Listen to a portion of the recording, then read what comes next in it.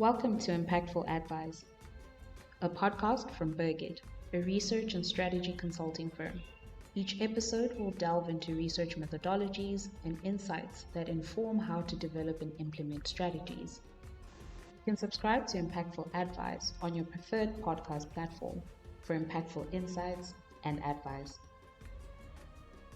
Primary research refers to the process of gathering first-hand original data directly from sources.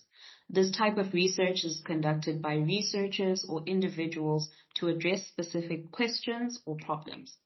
Primary research involves the collection of new and unique information tailored to a particular research goal, and it is very valuable for addressing specific questions, tailoring the data collection process to the research objectives, and providing up-to-date and relevant information. On today's episode, we're talking to Nicole Banks, the Managing Director of Insights 2020, a primary research firm that has partnered with Bergit on numerous occasions and several engagements. Nicole, we're excited to have you on the podcast. Welcome. Thank you, Patience. Thank you for having me. All right. Nicole, I don't want to, waste time beating about the bush. Today, you're on the other end of the questions. And I'm going to start off by asking, what exactly is primary research and how does it differ from other types of research? Thank you, Patience. Yes, it's quite strange to be the interviewee and not the interviewer. Primary research, Patience, is exactly as it sounds. It is on the ground connecting with a respondent one-on-one or one-on-one can be in various ways. But you're connecting with that end person. You're not looking at third-party data or trying to find through desktop research information that has already been collected through primary research. And so it is the first step. It is where the information comes firsthand from a respondent. So you have an interviewer. As I said, I'm now the interviewee, and that is where the research starts. So it also tends to be from scratch. It's new. It's not something that's been done before, and the questions that you ask have a particular goal or objective in mind. Right, that's quite interesting. So, Nicole, you mentioned that, it can be face-to-face and there's different ways in which you can engage the end person, either face-to-face or one-on-one. So how do surveys, interviews, and experiments play a role in the primary research process? Okay. So from an experiments perspective, the kind of research that I have been in for the last 16 years is largely market or consumer focused research. So experiments we would rather call product testing or on-site data collection at a central location where you can either do a taste test or you can do branded material exposure or audio visual exposure. And there are so many different ways to do it. So without being too boring, what you can get is you'll have a quantitative type face-to-face survey, which in these days, since COVID has brought on more reliance on online, so through Teams meetings, through Zoom, you don't have to worry about people being transported anywhere, and you can do it over the telephone. So many different ways. And then a quantitative research are largely IDIs, in-depth interviews or focus groups where you spend a lot of time and you're asking more open-ended questions. You're not trying to get people to do a multiple choice or select from a list. You are asking them questions that they then have to put a bit more thought into their answers, and it comes from their perspective. So those various ways you can do the interviews. And the two different methodologies are quantitative versus qualitative. I like to combine them. I like to have a bit of both so we can form what I like to call with my clients the outline of the picture, and then the qualitative fills in the color. So it paints the picture for you, because a pencil drawing versus a color drawing can give you various different reactions and different outputs from a research perspective. And then, that's it in a nutshell. I'm feeling very nostalgic, Nicole. You spoke about color, and I imagine myself in a classroom again. Coloring in between the lines, patients. I really hope in between the lines. All right. So you've spoken about combining quantitative and qualitative. What would you say are the key steps in designing a primary research study, right? You've mentioned, aspects with regards to coloring in the lines and sort of filling in the blanks. What sort of steps do you then use to make that come to life? Well, it will always be client dependent. Ad hoc or primary research always comes from the brain of the client. They have objectives that they want to meet, and it's based on those objectives and the output that they're looking for that you will design the survey. But on a broad perspective, you start with outlining the objectives. Let's use a brand study as an example. You want to know what the awareness levels are of the brand. You want to know what the usage levels are. You want to know what the emotional connections are and what the future consideration is. That's in a nutshell. And you put the questionnaire together is quite key. One thing I have learned over the years, keep questionnaires concise, keep them to the point. Try not fill one research project with too much information that you lose the core objective. It tends to confuse not only just the respondents, but what you're going to get out of the findings. So it's quite important to keep it concise, keep it simple. Once you've got your questionnaire and you now need to look at the target market, depends again. You either have pure random sampling or you have target market specific sampling, and your sample size will always be determined by the population of who you want to talk to. There's this weird rule of thumb. We used to laugh in my previous companies that it doesn't, anything over 20,000. If your population is anything over 20,000, you need 327 people to answer your survey. And that is based on a calculation of the margin of error and the confidence levels.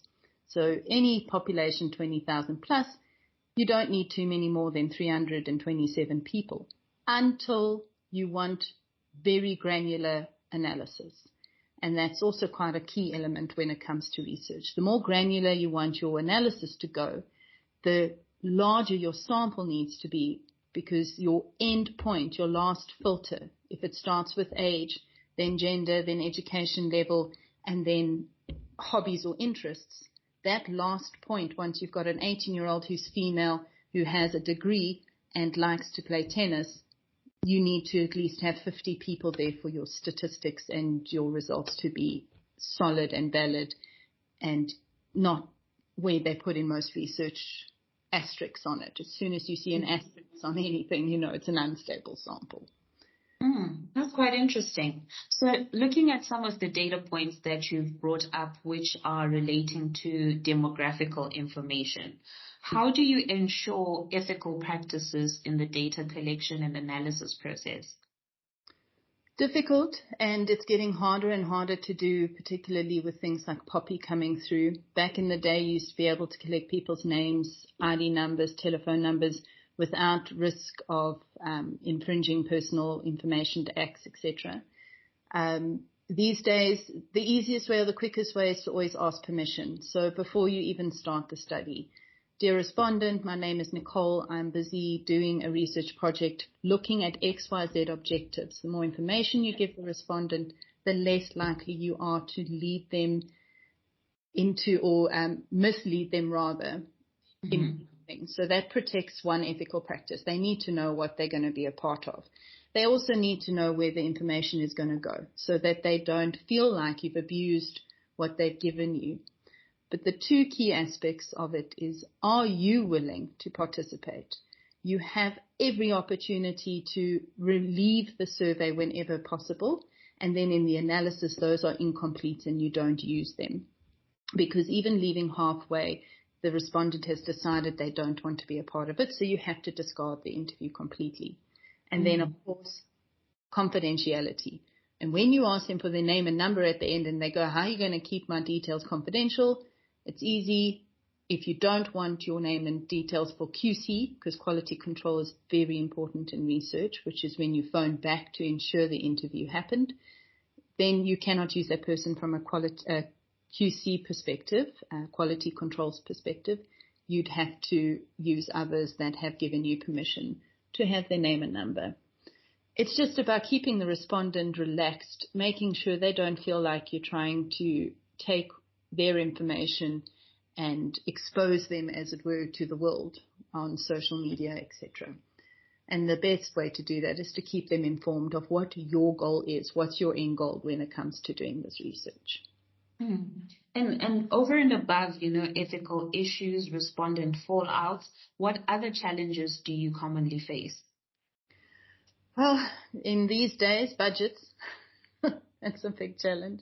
Yeah. People want more for less, so you've got to get quite creative in how you collect the data.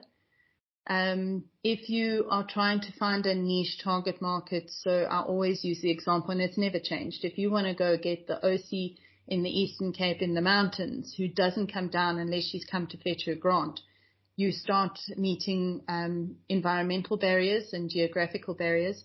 You've got to get people to that lady, or you've got to find the right time where you're going to catch her when she's collecting her grant. The normal standard people who feel like you're invading their space, so going back to the ethical, a lot of people don't want to be a part of surveys anymore. And a big one from a representative perspective in South Africa in particular, gated communities.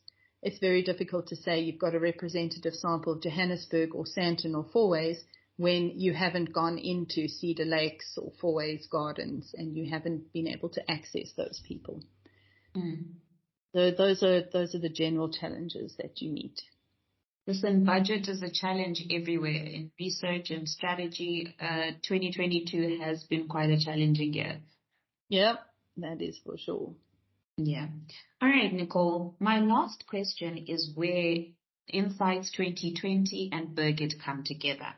How does it all tie into strategy, which is the end goal? How does primary research, qualitative, quantitative, the demographic information, the consent of the primary end user, how do we then come together and bring it all into a growth strategy? With a lot of hard work. Patience, it goes back to the beginning and the principles of research. The strategy can only be realized if the research has been conducted properly and the questions have been asked. If you don't get the right information out, you don't have a strategy. Tying different types of research together, secondary, if we said even if tertiary does exist, it's about making sure you pull all the important points together. You make sure that the objectives have been met and that the strategy can be built, can or will be built. A large barrier in my experience from just research, because as you know, Burgit is big strategy partner, is what do clients do with your research? Does it become a big when you used to print it back in the day, paperweight on somebody's desk, or do they actually use it? It's hard to ensure that clients do use what you've done and all the work that you've gone through. So outside of that, from a research perspective, it's just about make sure you start it properly so that the end goal is the correct strategy for the client to go forward. The last thing you want to do is tell a client to do something and then it falls flat. And then you're messing with somebody's bottom line. We don't want that. 100%, yes. Absolutely. Nicole, I can't thank you enough for making the time for us. We've thoroughly enjoyed learning a little bit more about what you do and how it ties into what Burgit does. We have enjoyed working with you. We appreciate you as our research partner and look forward to continuing working with you further. Thank you, Patience, and thank you for the opportunity to talk about something I love. Thank you for listening to Impactful Advice and learning a little bit more about the world of research. To learn more about the work that we do at Burgit, visit our website at www.burgit.co.za. Thank you again.